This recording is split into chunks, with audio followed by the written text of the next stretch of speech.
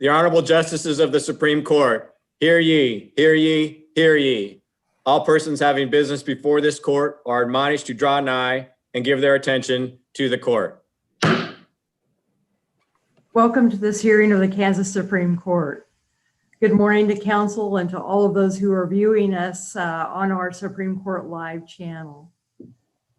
We're especially grateful, given the Kansas winter weather today, not to have had counsel on the road and to be able to use technology to allow us this double benefit of safety today, not only from our social distancing aspect, but also our driving. This morning, we are joined by the Honorable Bill Osman, who is sitting with the court this morning in the position vacated because of the recent retirement of Justice Carol Beyer. Judge Osman is a district court judge in the 3rd Judicial District here in Shawnee County. He has served in that position since August of 2012. He's taking time from his busy docket here in Topeka to help us today. Judge Osman, we are very honored to have you join us. Thank you. Counsel, as you may know, certainly Judge Osman and the other members of the court have read your briefs, and we are looking forward to your arguments this morning. I will now ask Mr. Doug Shima, the clerk of the appellate courts, to please call this morning's 11 o'clock docket. Mr. Shima. Thank you, Your Honor. May it please the court. The 11 a.m. docket for Monday, October 26th, 2020 consists of one case, appeal number 118802, in the matter of I.A. Johnson County, briefs both sides. The appellant has reserved 5 minutes rebuttal time. Your Honor, we are ready to proceed. Thank you, Mr. Shima. Counsel, at this time, would you please state your appearances? May it please the court, Michael Barty appears on behalf of the appellant IA, and I'm ready for argument this morning. And may it please the court, the appellee, the state of Kansas, appears by Andrew Jennings, and the state is ready for argument. Thank you, counsel. Mr. Barty, you may proceed with your argument. Thank you, Your Honor. The issue in this case is whether a juvenile offender must be informed of his right to appeal, the time deadline for doing that, and of his right to appointed counsel on that appeal. These rights are recognized in Kansas and have long been recognized in Kansas as due process rights of criminal defendants. My client in this case was a juvenile offender. He had the statutory right to appeal at the time of his adjudication and sentencing, but he was not informed of that right. That right did not appear actually on the statutory list of things that juvenile judges were supposed to tell respondents about in juvenile court. Nonetheless, he did have basic due process rights, which were recognized in a long line of cases going back to In re Galt and In re Winship, which established that juveniles have the right to notice of their charges, the right to counsel, the time to prepare and conduct cross-examination, the requirement that they be proven guilty beyond a reasonable doubt before they can be adjudicated. And those fundamental due process rights were established in the 1960s and early 1970s. So they existed in this case. IA had a clear right to appeal, the right to counsel on that appeal established under Kansas law, but he wasn't told about that fact. There is a mechanism recognized in Kansas law, which is the Ortiz doctrine, that allows an out-of-time appeal if a criminal defendant was not informed of his right to appeal. Ortiz is based in due process. The rationale is it's individuals, criminal defendants, are entitled to reasonable notice and an opportunity to be heard. To further that, they must be informed of that right. Willingham is a Kansas case that applied Ortiz to a Kansas defendant.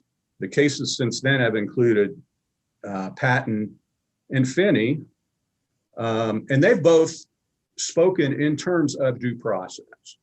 There are 2 or 3 statutes in Kansas that address when criminal defendants need to be informed of certain aspects, certain things that they give up when they enter a plea or when they go to trial. Patton reviewed those. For instance, KSA 223210 requires that when a judge takes a plea in a felony case, the judge must inform the defendant of the consequences of that plea. That statute doesn't list those consequences, but generally a right to appeal the conviction is a consequence. But that applies only to felonies, not to misdemeanors.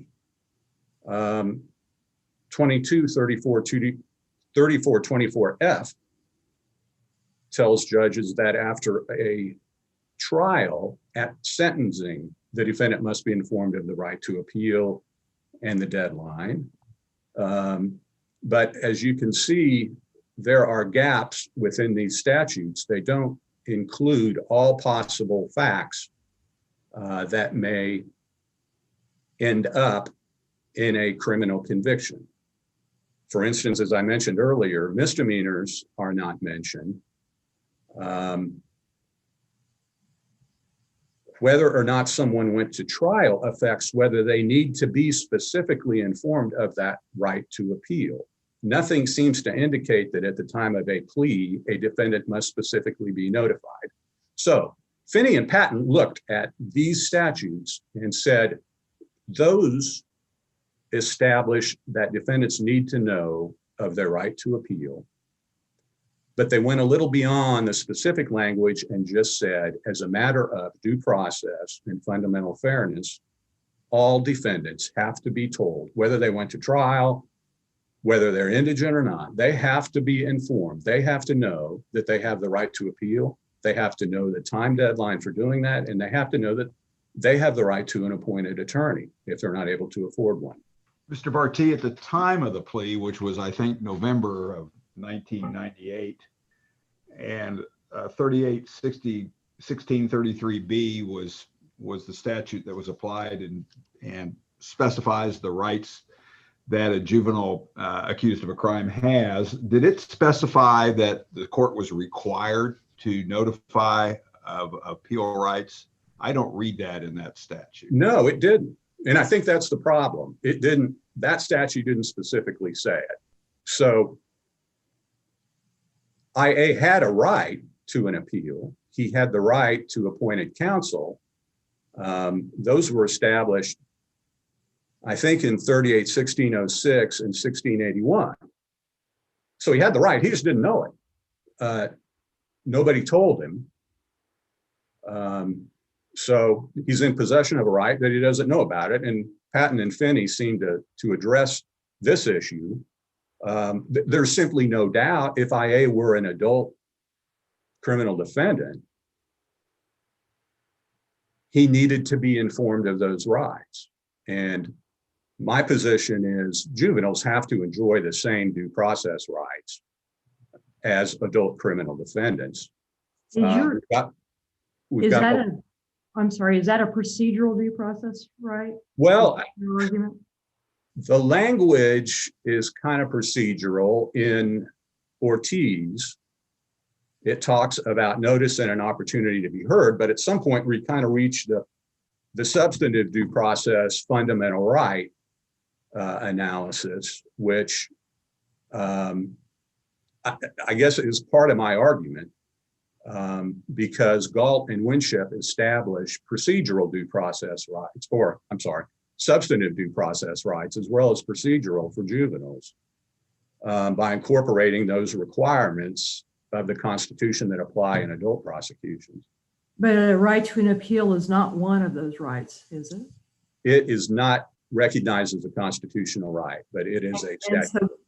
So given that, how do you have a substantive due process right? Because I suspect that in re Galt and in re Winship, the statutory scheme for juvenile prosecutions did not establish that a juvenile must be proven guilty beyond a reasonable doubt. And I suspect in re Galt got marched probably into detention, didn't have a lawyer, didn't have notice of charges, didn't have a right to cross-examine. So he had an abbreviated form of due process. So I think we do reach the substantive due process question of whether juveniles get the same constitutional rights that adult defendants receive. And do you need to establish a substantive rights since procedurally there is nothing in the statute that gives the juvenile the same initial entree that is recognized in Ortiz? Well, criminal statutes? I'm puzzled which whether it's procedural or substantive that applies, because the language of Ortiz seems to track procedural due process because it talks about reasonable notice and an opportunity to be heard. Those are generally procedural due process rights. So we have that aspect. And then when Patton and Finney applied Ortiz, they broadened beyond what the statute specifically required.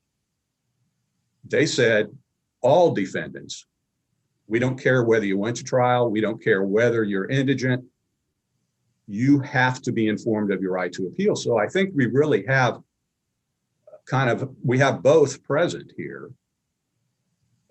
We have a statutory right that substantive due process requires the individual know about. And Ortiz, I mean, I was kind of puzzled when I read it, which I was dealing with, but reasonable notice and opportunity to be heard, I think, are procedural due process requirements. And how was your client deprived of that procedural right? Well, he was not informed of the right to appeal, which was granted to him by statute. He was not informed of his right to appointed counsel for that appeal. But as compared to the criminal defendant, there's no statute that requires any juvenile to be given any notice. Is that correct? Well, there's a list of things they're supposed to be told, I think, when they enter a stipulation. It just doesn't include that right to appeal. Correct. Okay. And it looks like I'm really close to the end of my first round, at least. Okay. If there are other questions for Mr. Barty? All right. Thank you, Mr. Barty. Thank you. Mr. Jennings?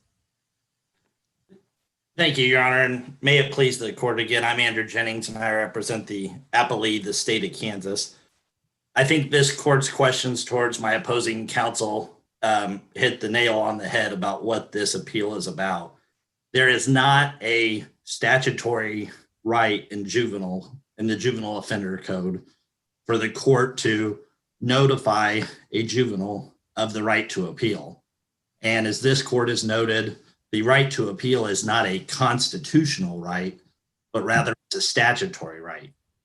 When Mr. Barty discusses Henry Galt and Henry Winship, those were all constitutional rights that the court noted should be given to juveniles. However, no court has said that the right to appeal is either a Kansas constitutional right or a federal constitutional right.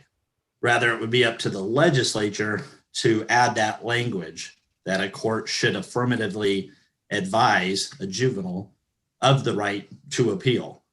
And the legislature certainly knows how to do that. For example, in the juvenile expungement statute, it advises that the court should advise the juvenile of the rights to expungement at the time of sentencing. At the first appearance part of the juvenile statute, it advises that before taking a plea, the court must advise the juvenile of constitutional rights that it's giving up: the right to cross-examine witnesses, the right to be presumed innocent, the right to subpoena witnesses, the right to testify, or if one doesn't testify, the right for that not to be held against them. But because that right is not constitutionally based, there's no jurisdiction for this court to hear the appeal. And I'd ask that this court affirm what the Court of Appeals found, that there was no appellate jurisdiction to begin with. I'll also note that Mr. Barty cites several of the adult statutes that indicate that all defendants should be notified of this. I would note for the court that this court and the Court of Appeals have consistently held that the language choices that the legislature made in regards to the juvenile offender code versus the adult criminal procedure code have meaning. For example, a juvenile that is charged with a crime is not referred to as a defendant, but is referred to as a respondent. When juveniles in 2010 or 2011 asked this court to find that there was a right to a preliminary hearing, the defense had argued that the preliminary hearing statute in the adult criminal procedure code says all persons should be entitled to a preliminary hearing.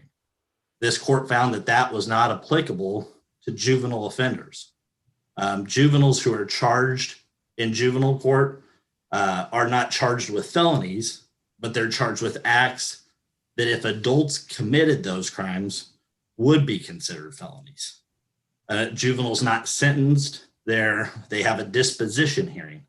And I believe that all of these terms of language and the way that the legislature has used that certainly matters, because this court has held constantly that although juveniles are entitled to constitutional rights that adults should be entitled to, whether that was a jury trial, whether that was a speedy trial, they're not entitled to statutory protections that adults are granted unless that has been specifically marked in the statute.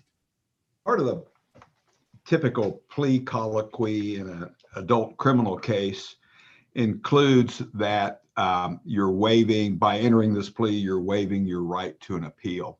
Part of the problem in this case is that we don't have a transcript of that proceeding that occurred back, as I understand it, back in 1998. Do you know if the standard colloquy that went into a juvenile plea, entering of a plea, included any mention of an appeal or anything like that?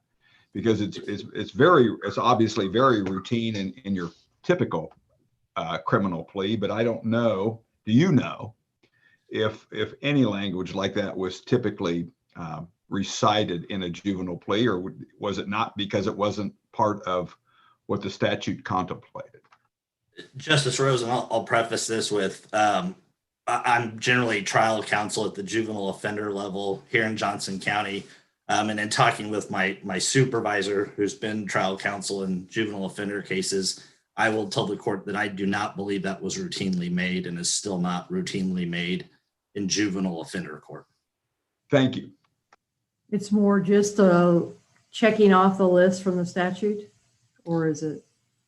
Yes, Justice Lucker. I believe that the rights that are governed by that first appearance statute that says at a first appearance, a juvenile shall be advised of the right to be presumed innocent, the right that the state would have to prove the charges beyond a reasonable doubt, that the court's not bound by the sentencing alternatives, the litany of sentencing alternatives. But I can tell the court, in my experience in Johnson County and in my discussions with peers in here longer than I have, I don't believe that the courts routinely advise juveniles of their right to appeal any adverse rulings. In the given the court's decisions in Patent and Finney, where I think Mr. Barchi is correct that there is some filling in of the gaps in the adult criminal world, why do we not?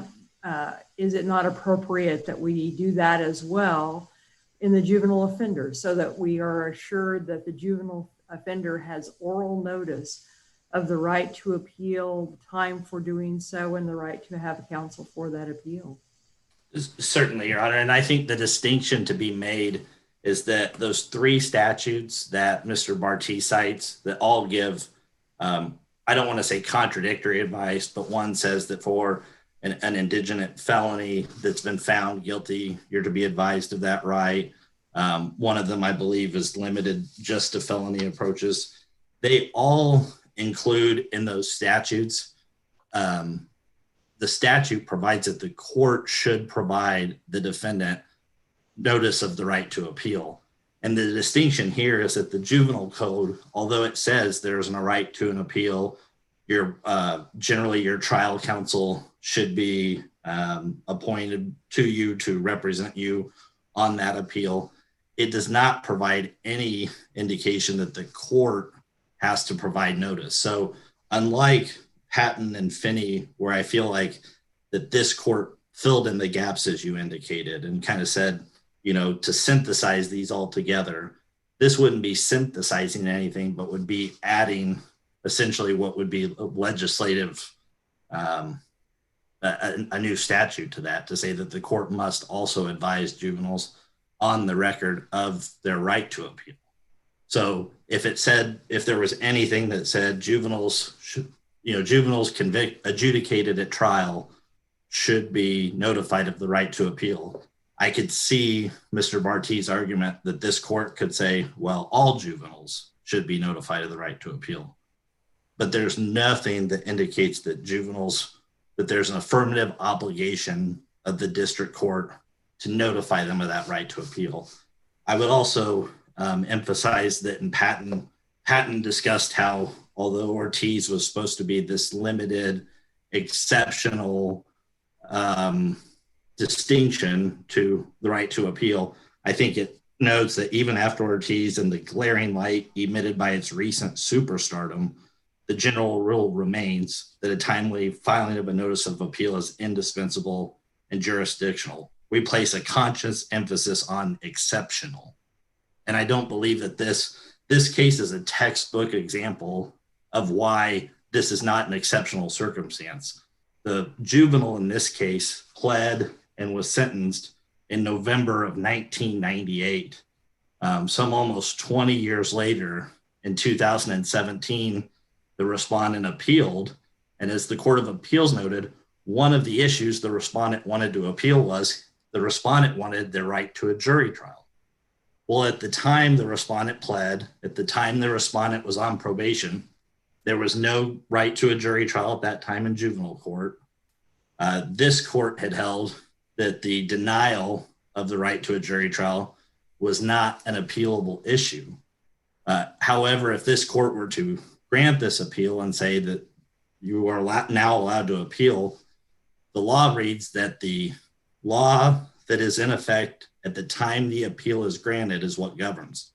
So now the respondent would have the right to a speedy trial. The respondent would have a right to a jury trial, essentially would have rights that did not exist at the time that the respondent had pled guilty. The respondent here pled guilty to 2 offenses. 7 offenses were dismissed as part of that plea.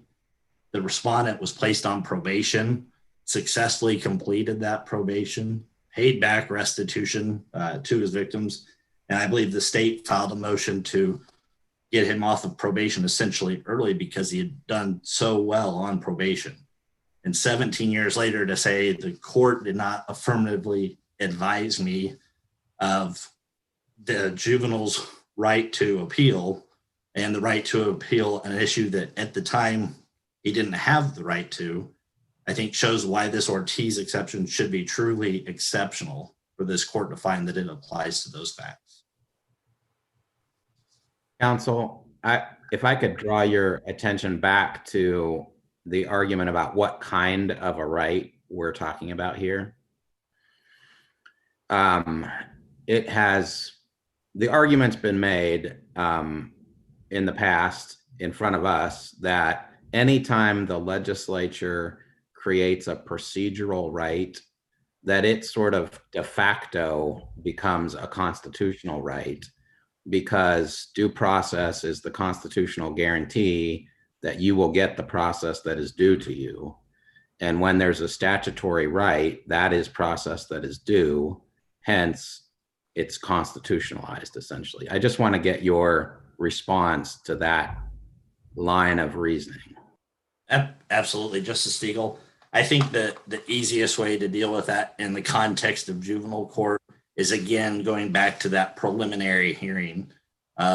When a juvenile requested a preliminary hearing after the Henry LM decision stating that juveniles had a right to a jury trial, this court noted that that was a statutory right to a preliminary hearing, and it's not a constitutional right.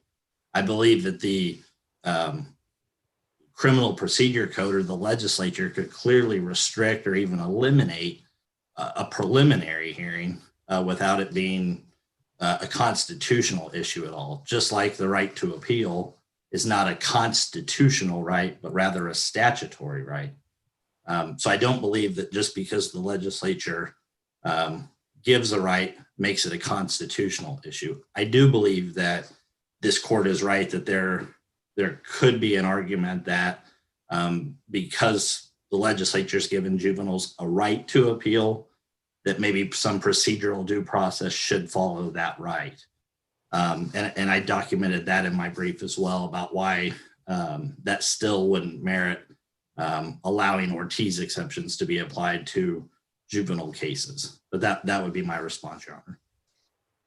And just to follow up, if I understood you correctly, your response is that our case law indicates that an individual can be denied a statutory procedural right without having their constitutional due process rights violated.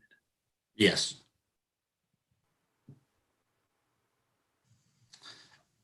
Your Honors, just kind of in conclusion, I would just ask that this court affirm the Court of Appeals ruling that this court does not have jurisdiction to entertain an appeal that was some 17, 18 years out of time, given that the legislature did not provide and still does not provide for a district court to have an affirmative obligation under that first Ortiz exception to advise the respondent of the right to appeal.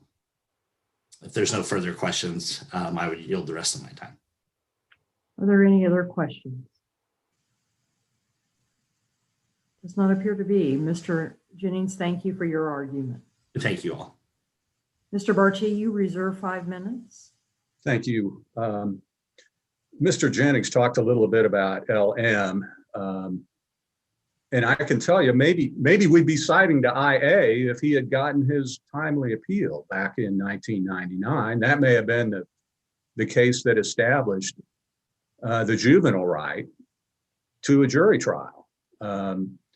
As I noted in my petition and in the brief I did with the Court of Appeals, a lot of the rationale, the changes in the juvenile system that the LM opinion relied upon in finding that right to a jury trial for juveniles existed in this case. So IA may well have been the LM had his case, had he been notified of his right to appeal and pursued that appeal. So I don't think it's fair to look back and say, well, LM hadn't been decided yet. It's simply, I can't reason through how we deny a juvenile offender a right that we would grant an adult criminal defendant. They're both in almost precisely the same position. There is one major or perhaps arguably major difference, but there is one difference at least that we haven't talked about, and that is that the legislature has chosen to treat a juvenile appeal under the Code of Civil Procedure. And it seems like much of your argument may really be equitable. And in the Code of Civil Procedure, we have some case law that talks, and I think the Court of Appeals, in their opinion, addressed this, that really limits the ability of or at least our case law says that we cannot apply equitable exceptions under that code. Can you address that part of the Court of Appeals opinion and really what that distinction between the two types of appeals makes for us, and considering your argument? Well, we're dealing with fundamental issues of liberty in this case, which I think takes us into the criminal procedural rights arena rather than the civil arena. And I understand that the legislature set it up with the civil appellate process. But that was done years ago. Since then, we've seen that juveniles enjoy essentially the same protections as criminal defendants. And I think as a matter of due process, this court has the power to recognize that due process requires a juvenile be informed of his right to appeal. I can't square it with those civil cases that seem to spin out into, the inconvenience to the government if this right is recognized and those kinds of things. Simply because due process will always inconvenience the government and cause them some problems. I read those cases, they just didn't seem to apply to this situation, especially where we've had this court recognize that juveniles have the right to a jury trial, much like adult criminal defendants, because the nature of the juvenile system has changed from what was set up 30, 40 years ago.